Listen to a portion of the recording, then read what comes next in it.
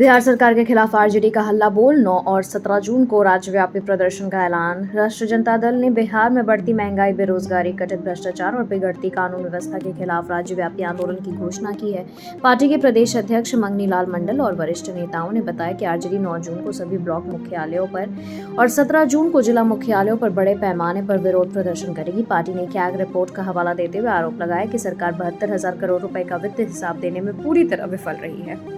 खानसर coaching विवाद पर ज्ञान बिंदु के डायरेक्टर रोशन आनंद ने साजिश का लगाया आरोप। पटना में मशहूर शिक्षक खानसर के कोचिंग संस्थान के बाहर मंगलवार रात हुए हमले के मामले में पुलिस ने ज्ञान बिंदु कोचिंग के डायरेक्टर रोशन आनंद सहित 3 लोगों को गिरफ्तार कर लिया है। बुधवार को पुलिस ने इसकी पुष्टि की है। गिरफ्तारी के बाद रोशन आनंद ने कहा कि यह बिहार पुलिस के रिजल्ट को लेकर उनके खिलाफ रची गई साजिश है। डीके शिव कुमार आज लेंगे कर्नाटक के मुख्यमंत्री पद की शपथ। कैबिनेट में शामिल होंगे 13 मंत्री। कर्नाटक की राजनीति में आज एक बड़ा अध्याय शुरू हो गया है। कांग्रेस अध्यक्ष डीके शिव कुमार ने शाम 4:05 पर राज्य के नए मुख्यमंत्री के रूप में पद और गोपनीयता की शपथ ली है। बेंगलुरु के राजभवन स्थित ग्लास हाउस में आयोजित एक भव्य समारोह में राज्यपाल थावरचंद गहलोत ने उन्हें पद की शपथ दिलाई। सूत्रों के अनुसार सरकार के इस पहले चरण में मुख्यमंत्री शिव कुमार के साथ लगभग 13 मंत्रियों को भी कैबिनेट में शामिल किया गया। टीएमसी में बड़ी बगावत, 58 विधायकों ने ऋतव्रत बनर्जी को चुना नया बॉस। दल बदल कानून से बचा बागी गुट। पश्चिम बंगाल में तृणमूल कांग्रेस को उस वक्त बहुत बड़ा झटका लगा जब पार्टी के 58 असंतुष्ट विधायकों ने एकजुट होकर निष्कासित नेता ऋतव्रत बनर्जी को अपना विधायी दल का नेता चुन लिया।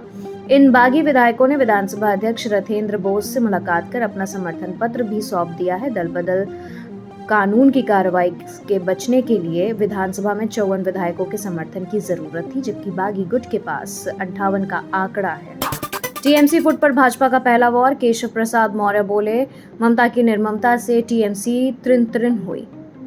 पश्चिम बंगाल में तृणमूल कांग्रेस के अंदर मची भारी उथल पुथल के बीच बीजेपी की ओर से पहली तीखी प्रतिक्रिया आई। उत्तर प्रदेश सरकार में उप मुख्यमंत्री केशव प्रसाद मौर्य ने पूर्व सीएम ममता बनर्जी पर सीधा निशाना साधा। सोशल मीडिया प्लेटफॉर्म एक्स पर लिखते हुए मौर्य ने तंज कसा कि ममता बनर्जी की निर्ममता से उनकी अपनी ही पार्टी तृणमूल कांग्रेस आज त्रिन होकर बिखर गई है। दिल्ली अग्निकांड पर अखिलेश यादव बोले, ऊपर से नीचे तक भाजपाई बैठे हैं, अब किसे दोषी ठहराएंगे। दिल्ली के मालवीय नगर में एक रेस्टोरेंट में लगी भीषण आग में 21 लोगों की मौत पर सपा प्रमुख अखिलेश यादव ने गहरा दुख व्यक्त किया। उन्होंने इस हादसे के लिए सीधे भाजपा प्रशासन के महाभ्रष्टाचार और एक्सपायरी फायर सेफ्टी उपकरणों को जिम्मेदार ठहराया है। अखिलेश ने तंज कसते हुए कहा है कि दिल्ली में ऊपर से लेकर नीचे तक भाजपाई बैठे हैं, देखना यह है कि वे जानलेवा लापरवाही के लिए किसे दोषी ठहराते हैं। अमेरिका का भारत को बड़ा झटका। 12.5% अतिरिक्त टैरिफ का प्रस्ताव। नई दिल्ली में भारत और अमेरिका के बीच चल रही महत्वपूर्ण व्यापार वार्ता के दौरान अमेरिकी व्यापार प्रतिनिधि कार्यालय ने भारतीय आयातों पर 12.5% अतिरिक्त शुल्क लगाने का प्रस्ताव देकर सबको चौंका दिया है। अपनी 92 पन्नों की रिपोर्ट में अमेरिका ने आरोप लगाया है कि भारत बंधुआ मजदूरी से बनने वाले सामानों से आयात को रोकने में विफल रहा है, जिससे अमेरिकी वाणिज्य पर बुरा असर पड़ रहा है। आरबीआई ने खारिज की सोना बेचने की रिपोर्ट। कहा, 880 टन का स्वर्ण भंडार पूरी तरह सुरक्षित।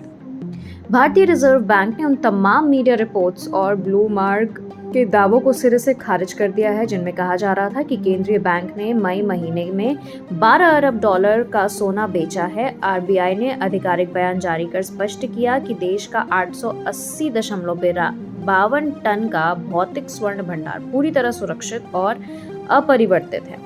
भारत सरकार के प्रेस सूचना ब्यूरो ने भी इस खबर की जांच के बाद इसे पूरी तरह फेक न्यूज करार दिया है।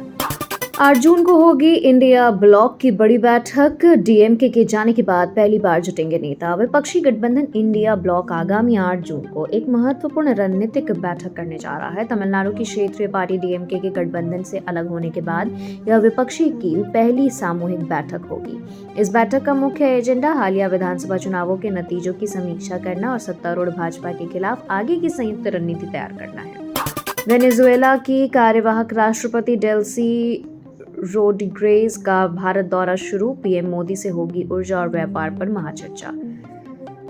चल रहे मिडिल ईस्ट संकट के बीच वेनेजुएला की कार्यवाहक राष्ट्रपति डेल्सी रोड्रिगेज 3 जून से भारत के 5 दिवसीय दौरे पर हैं। विदेश मंत्रालय के अनुसार रोड्रिगेज प्रधानमंत्री नरेंद्र मोदी के साथ ऊर्जा सुरक्षा, व्यापार, फार्मास्यूटिकल, साइंस टेक और रिन्यूएबल एनर्जी जैसे प्रमुख क्षेत्रों में द्विपक्षीय सहयोग बढ़ाने पर व्यापक चर्चा करेंगी।